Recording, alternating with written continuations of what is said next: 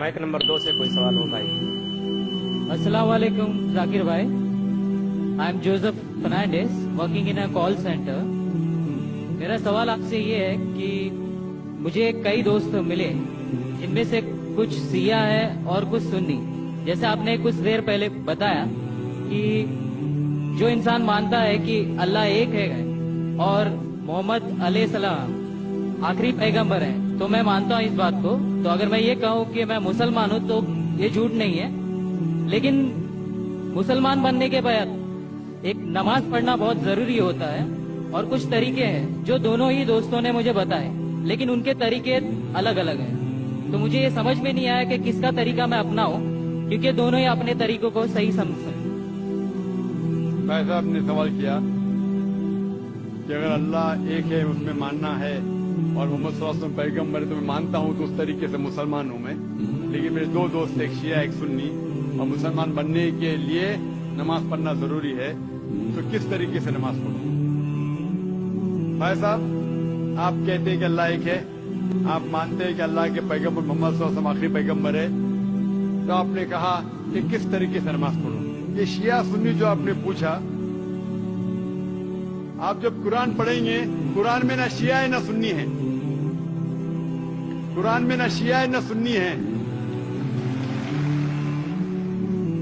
कुरान शरीफ में कहा गया है सूरह इमरान में सूरह नंबर 3 आयत नंबर 103 में, वातसिमू बिहब्लिल्लाहि जमीअन वला तफरकू, कि आप आपस में इकट्ठा होके अल्लाह की रस्सी को मजबूती से पकड़ो। अल्लाह की रस्सी है कुरान और सही हदीस। तो आप देखिए कुरान में क्या लिखा है और अल्लाह के रसूल के सही हदीस में क्या लिखा है।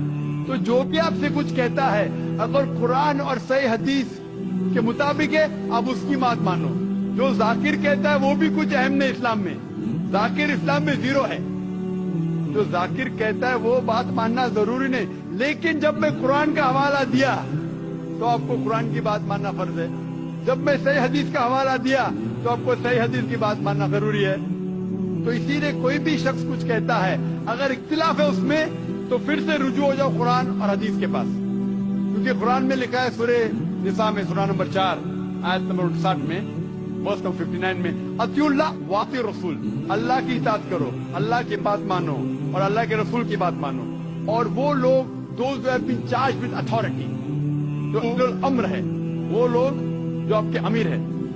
लेकिन अगर कुरान और हदीस के पास, अल्लाह और अल्लाह के रसूल के पास, तो अगर दो शख्स, दो आलिम, कोई भी अगर इख्तिलाफ है, आप फिर से मुड़ो अल्लाह और अल्लाह के रसूल के पास, कुरान और सही हदीस के पास। फिर देखो कि कौन सा दोस्त, कौन सा मुस्लिम, कौन सा आलिम, कौन सा मौलाना कुरान और सही हदीस के मुताबिक कह रहा है। आप समझे? तो इससे पता चलेगा कि क्या सही है।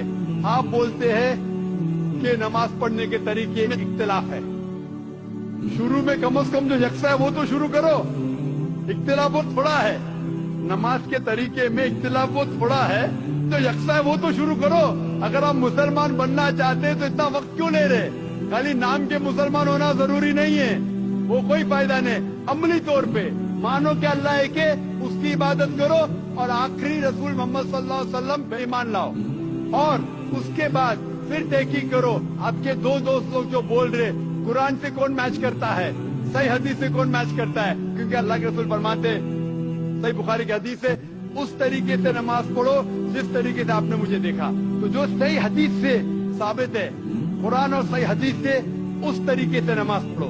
लेकिन अगर 19-20 फर्क है, कम से कम जो यकसा है वो तो शुरू करो।